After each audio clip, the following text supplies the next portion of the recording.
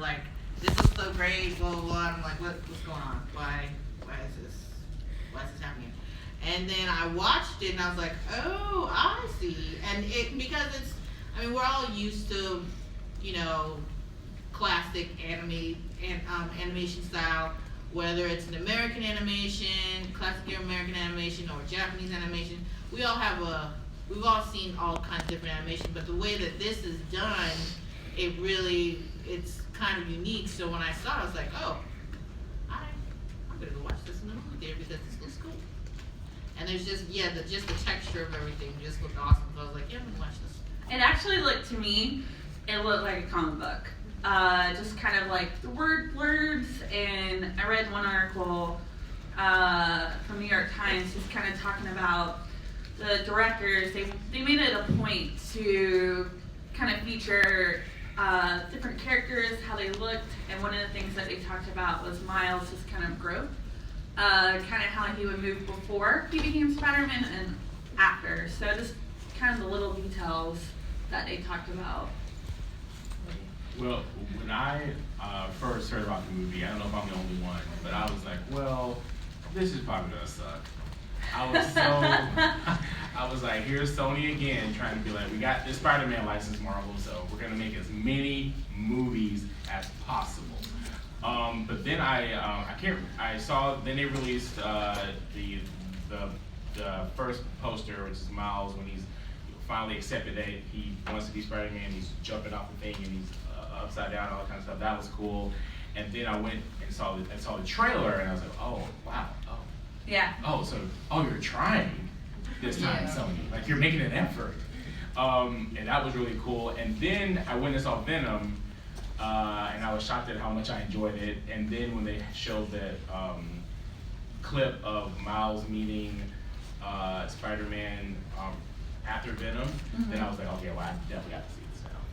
Because it just looked amazing. But yeah, anytime Sony announces anything with the word Spider and Man in it, I immediately am afraid. It's also too, like, DC has kind of held the corner on animated movies. Yes. For a long time, as early as back as animated Batman, even to now with their movies. But even their movies are starting to look the same. Or one of the DC movies has really great animation, or the story is kind of off, or it's the vice versa. There's some inconsistency there. But even with Marvel, they haven't had like good animation too. Yeah, and I'm surprised that that's a market that Marvel has not really tried to conquer, especially now that they're owned by Disney, like the kings of animation. Yeah. And they tried their hand a little bit with Big Hero 6, if you want to, count that as animation. It was all done by computer, but that was pretty good. But I always thought that, like, when DC started releasing those straight-to-video movies, like, man, these are really good. Like, these are really good. I wonder why Marvel didn't do the same. Yeah. I'm really surprised that Marvel didn't do the same. I wouldn't be surprised if when they actually get the property, because we all know Marvel's going to buy everything. They're going to buy every strip that they can. And I hope that Marvel brings Miles into the cinematic universe. We all think that they might, but I hope they don't use the animated universe as a way to keep Miles over there and not bring him into the cinematic universe. Because I would like to see, a live action version of that. So hopefully, when Marvel does get them, the success, because this is a very successful animated film. And so they may see that as a way to keep Miles out of the cinematic universe. So I'm glad that this movie did well. I'm just hoping that it's not a way to keep him out. Sorry, I went to a little tangent about it. Kind of another kind of neat about this movie is the album, is the music. I think there's a lot of different rap artists on the music, kind of big artists too, with like Chance and a couple other people as well. And also one thing about the album that I noticed was it didn't have any swear words. Really? Yeah, none of the songs. You made a fantastic rap album, not because that makes a rap album, but all ages can listen to the music, which I thought was really cool. I mean, I think that's a good idea because at the end of the day, yes, you know, we're here, we're adults, but I mean, you know, teenagers, you know, pre-teenagers, they're gonna watch this and they're probably gonna listen to that song and listen to the music, and it's another way for Sony to, you know, cash cow more on it because now we have an age-appropriate music that they have that's hooked up to their movies. So I haven't listened to all of it, but I'm kind of like Miles in the movie where I'm just like, oh my gosh, that part. That's me. So I cannot say I know all of the songs in there, but I mean that's really smart. That's a smart idea to just get even more money for the movie. It was. I think that's a very good point too because it's like Sony was like, we're already taking a risk with this movie in general. Right. Let's just take a risk with the soundtrack as well. Let's make everything around this as family friendly as possible. There's thought process behind it. And which unfortunately it didn't necessarily amount to a huge box office, but it did win an Oscar. And that's like.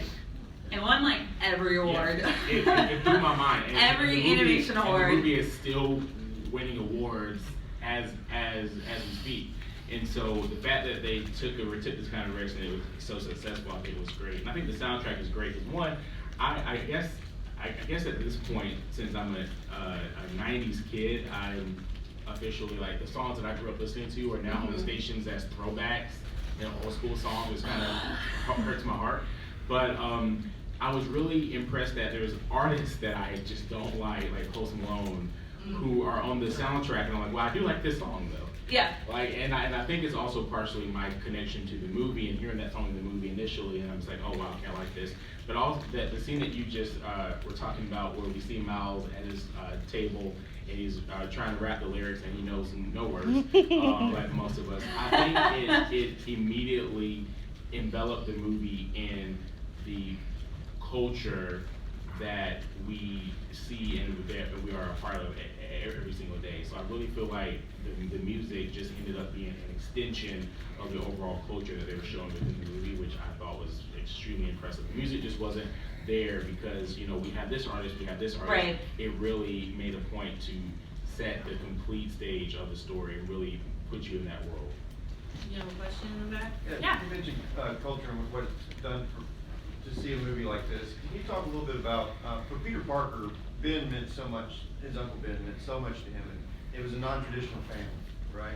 Can you talk about Miles and his relationship with his father in the movie, and just what it means? They've got this wonderful love kind of between them, but they have different last names. They're like a stepdad, I guess, or they just kept different names, you know, like, just talk about that a little bit. Yeah. And to see that kind of love in a family like that. Well, I'll be happy to start off. I love that relationship between Miles and his dad and his mom.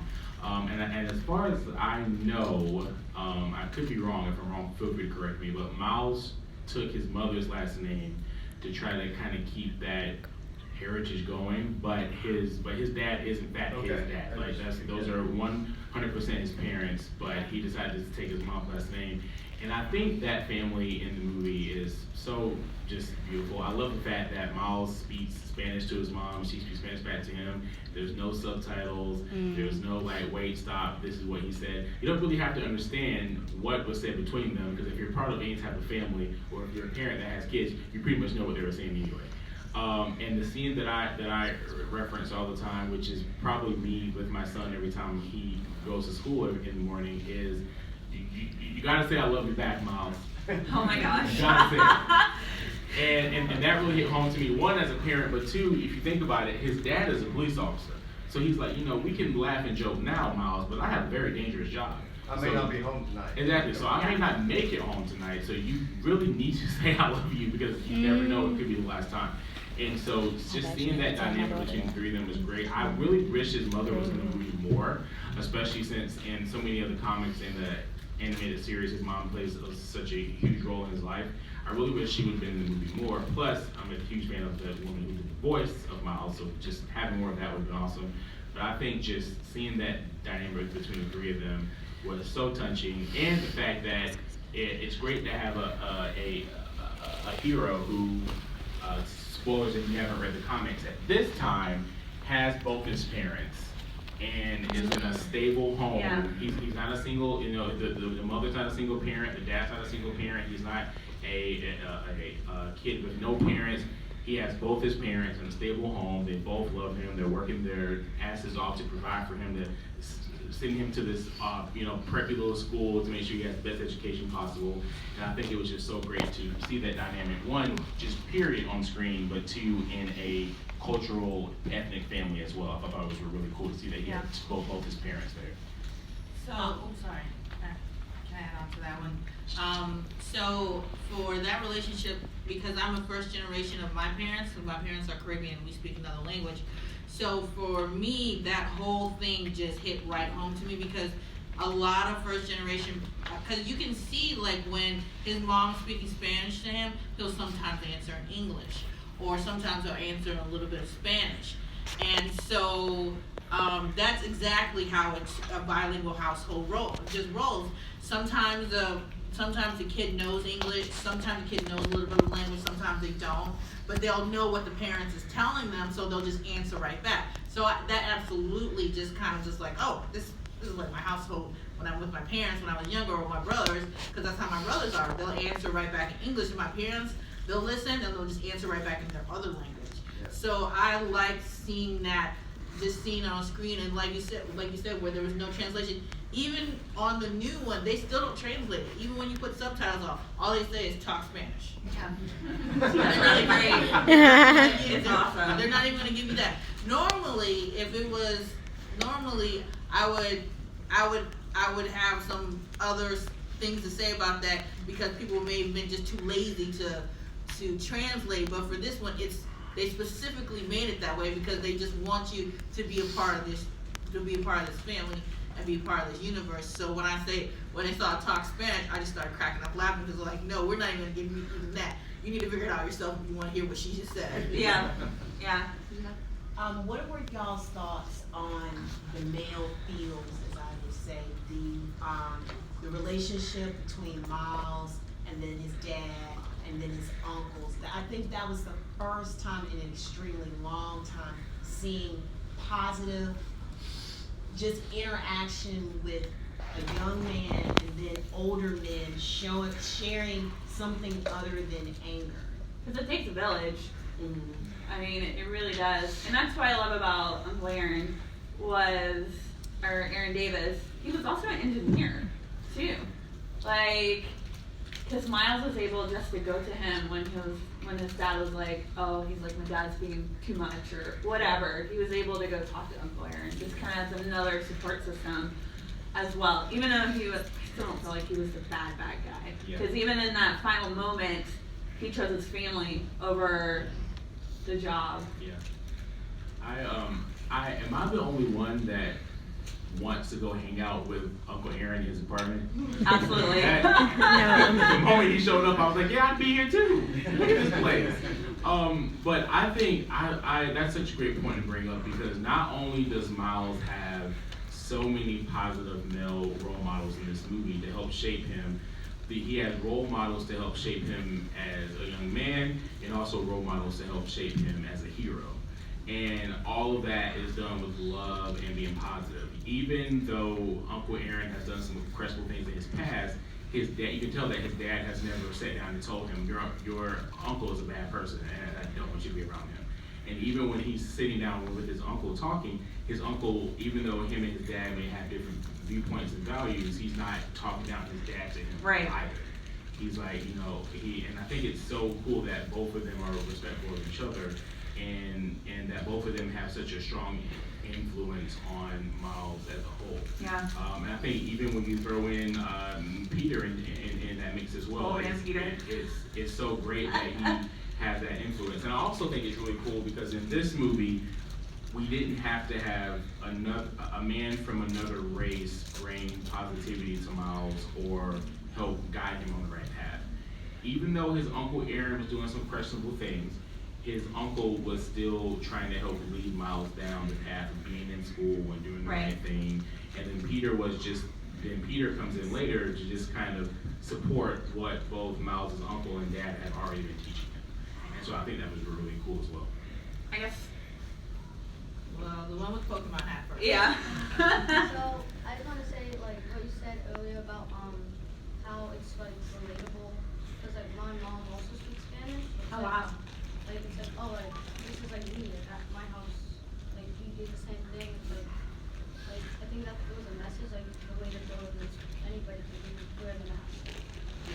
Yeah. Yeah. That's exact. And you know what? That honestly, that just gave me goosebumps because that's the whole point of when people of color, women talk about representation, we talk about that.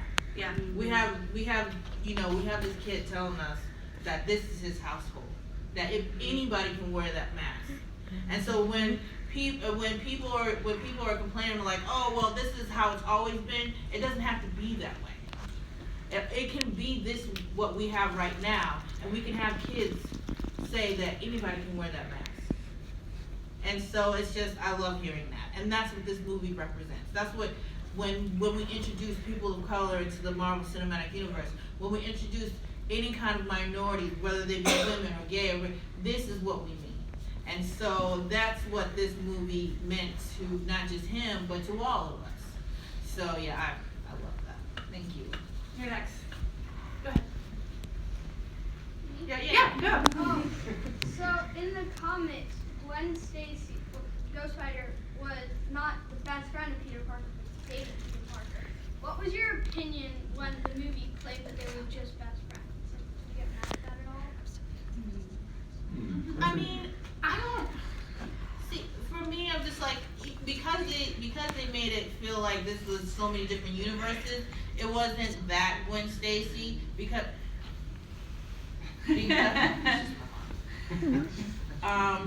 it's just I think because they made them best friends in that universe doesn't mean that we didn't meet the Gwen Stacy from Old Man Peter's universe. She could have been that love interest then, but at that time that Gwen Stacy wasn't particularly important to that storyline. So they needed to bring in this particular Gwen Stacy. So it didn't really bother me that they didn't. I don't think I mind it because I kind of felt like she wasn't a side character of Peter because she was her own kind of person in the movie. Even though we got a small glimpse of her, she was kind of her own person. Right. So, like you said, I don't think that's a big thing. It didn't bother me too much. Plus, I feel like if Sony has their way, there'll be a sequel and another one, so they have time to establish a relationship between the two of them if they choose. But I always love when movies or TV shows have a male lead and a female lead, and they do not become an item. Like I think that's awesome because there's plenty of indications out there of men and women just being friends. And I just love it because when it's like, well, there's other people out in the world. Just because these two are the lead doesn't mean that they have to spend all their time together and then eventually fall in love with each other. I really like that. And to the other point that was made by the person who I can't see you, but who said that it meant a lot to him because his mom speaks Spanish in the home. I think that's beautiful. That's why movies like this I get so hyped about and I get so pumped about it. Because when I was a kid, I was outside with a pair of gloves with pencils going through them, pretending to be Wolverine, or I was pretending to be Gambit, or I was pretending to be Cyclops or Batman. But not once did I ever pretend to be a black superhero because it just was not available to me in the media that I was looking at. And the fact that that can touch so many people, I think is just mind blowing. And even with my own son, he has a stuffed Black Panther that he got a few weeks ago. And before that, his buddy to go to bed with was Moana. So we're still keeping it cultural. He loves some Moana. But I showed him some Black Panther of the movie. And then every time he puts on his Black Panther pajamas, he just yells out, "I'm Black Panther. I never freeze."